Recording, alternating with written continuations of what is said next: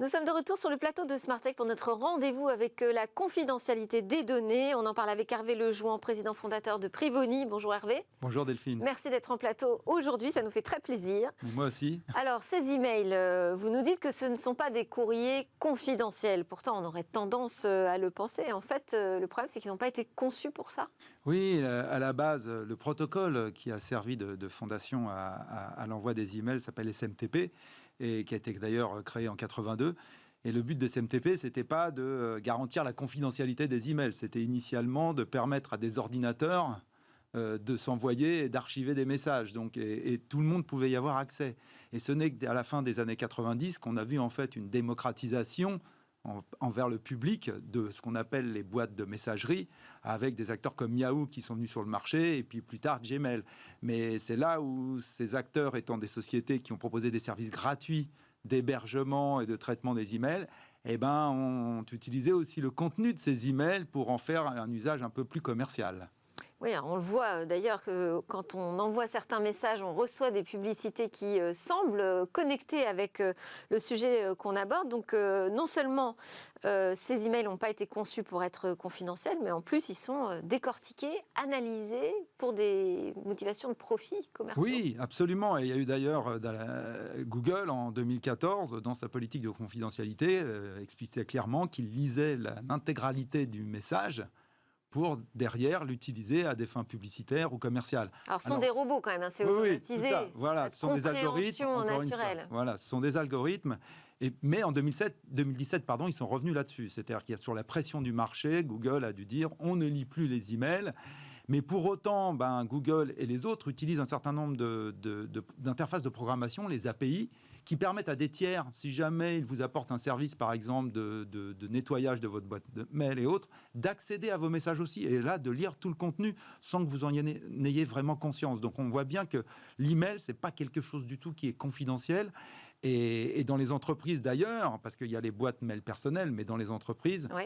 Là, dans les entreprises, l'email, il faut savoir que l'email appartient à l'entreprise. Et donc, les emails professionnels sont lus et peuvent être lus par votre employeur. Par contre, en France, pas les emails à titre personnel qui seraient utilisés avec la boîte mail professionnelle, parce que là, il y a des lois qui protègent. C'est-à-dire qu'il faut indiquer, je crois, dans l'objet qu'il s'agit d'un mail personnel, et dans ce cas, il ne peut pas être ouvert. Voilà, mais sinon, effectivement, la messagerie n'est pas confidentielle. Qu'est-ce que ça veut dire de manière très pratique pour les utilisateurs ? Ça veut dire qu'il ne faut pas assumer que la messagerie, c'est un endroit, enfin le mail est quelque chose de confidentiel. Il faut assumer que ce mail peut être lu, et puis comme vous le savez, ce mail peut être transféré. C'est-à-dire qu'en quelques clics, vous transférez ça à un certain nombre de personnes. Donc si jamais vous envoyez quelque chose qui vous paraît important ou confidentiel, si quelqu'un d'autre le transfère, vous perdez le contrôle. C'est comme sur les réseaux sociaux, vous perdez le contrôle de ce que vous avez partagé.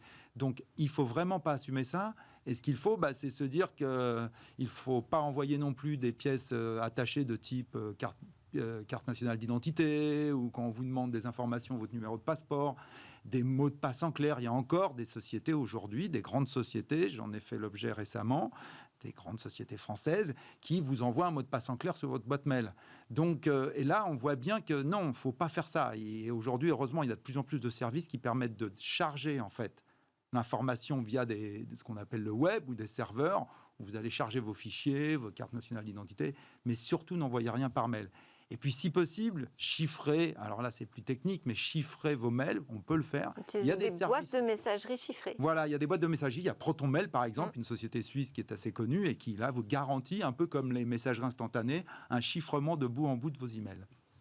Bon, et sécuriser sa boîte mail avec un mot de passe fort, peut-être aussi, non ? Oui, alors ça, c'est le dernier aspect, c'est la base, parce qu'effectivement, sur le dark web, un accès à une boîte mail, ça vaut $80. C'est-à-dire que si on a accès à votre boîte de messagerie, ça se vend $80, soit 5 fois plus qu'une carte de crédit. C'est pour vous dire la valeur, parce qu'on peut usurper votre identité avec votre accès à la messagerie, et on peut faire vraiment un certain nombre de choses. On peut se connecter à plein de services. On peut se connecter à plein de services et autres. Donc oui, protéger et utiliser finalement la double authentification pour accéder à votre messagerie, ce qui vous permettra d'éviter des déboires lorsque vous vous connecterez, et surtout pour éviter que quelqu'un usurpe votre identité. Merci beaucoup Hervé Lejouan pour ce rappel que nos courriers ne sont pas confidentiels par défaut. Hervé Lejouan de Privoni. À suivre, la découverte, c'est l'innovation du jour, c'est un robot paresseux mais très productif.